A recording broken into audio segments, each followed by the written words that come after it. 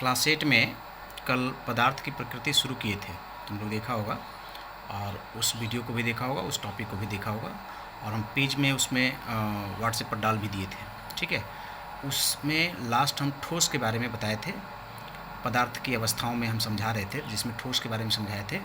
अब उसके बाद हम अगला टॉपिक द्रव के बारे में देखते हैं। द्रव तुम ऐसे जानते हो, जो पदार्थ बह सकता है वो द्रव कहा जाता है। जैसे कि पानी, ये द्रव है, तेल ये द्रव है। ठीक है, एक्चुअली द्रव में क्या होता है विशेषता उसकी कि उसमें जो पदार्थ के अंदर जो कण हैं वो थोड़ा दूर दूर ज़्यादा रहते हैं ठोस की अपेक्षा। वही यहाँ पर लिखा हुआ है, द्रव पदार्थ के अणुओं के बीच की दूरी, द्रव में जो है, द्रव में करोगे, द्रव में पदार्थ के अणुओं के बीच की दूरी थोड़ा ज़्यादा होता है, किसकी अपेक्षा?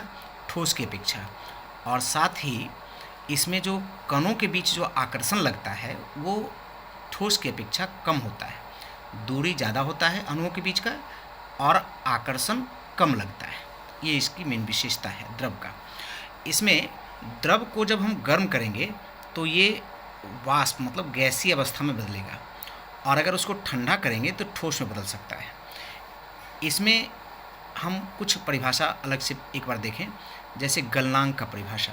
ठीक है, गलनांक का मतलब होता है कि माने एक तरह से पिघलना, पिघलने का तापमान। निश्चित दबाव पर वह तापक्रम जिस पर कोई ठोस पिघलकर पूर्ण रूप से द्रव में बदल जाता है उसे गलनांक कहते हैं। ठीक है, और परिभाषा देखेंगे जमनांक का, माने जमने का तापमान को जमनांक कहते हैं। ये परिभाषा दिया हुआ है। उसके बाद है द्रव के गैसीय अवस्था में जब बदलता है तो उस क्रिया को हम लोग बाष्पीकरण कहते हैं। बाष्पीकरण माने बाष्प में बदलना। लेकिन बाष्प में बदलने की क्रिया जो है दो तरह से होता है। तुम लोग समझोगे, इसको बहुत अच्छा लगेगा कि एक तो जैसे तुम पानी को अगर रखते हो तो कोई बर्तन में रखा हुआ है तो थोड़ी देर बाद, या फिर जैसे कपड़ा तुम सूखने के लिए देते हो तो अपने अपने उसमें देखते हो कि सूख जाता है, मतलब उसके जो जल हैं वो भाप में बदल जाते हैं, मतलब वाष्प में बदल जाते हैं। उसके लिए हम अलग से कोई गर्म उसको नहीं करते हैं, माने आग पर नहीं चढ़ाते हैं। लेकिन जैसे पानी को खौलाते हैं आग पर चढ़ा करके, तो वो जब खौलना होता है जिसको उबलना कहते हैं, तो एक तो होता है वो उच्च तापक्रम पर होता है जिसको उबलना कहते हैं, और एक किसी भी तापमान पर होता है उसको वाष्पन कहते हैं। इस तरह से बाष्पीकरण दो प्रकार का होता है, एक तो वाष्पन और दूसरा उबलना, या जिसको क्वथन कहते हैं शुद्ध शब्दों में, हिंदी के शुद्ध शब्दों में क्वथन।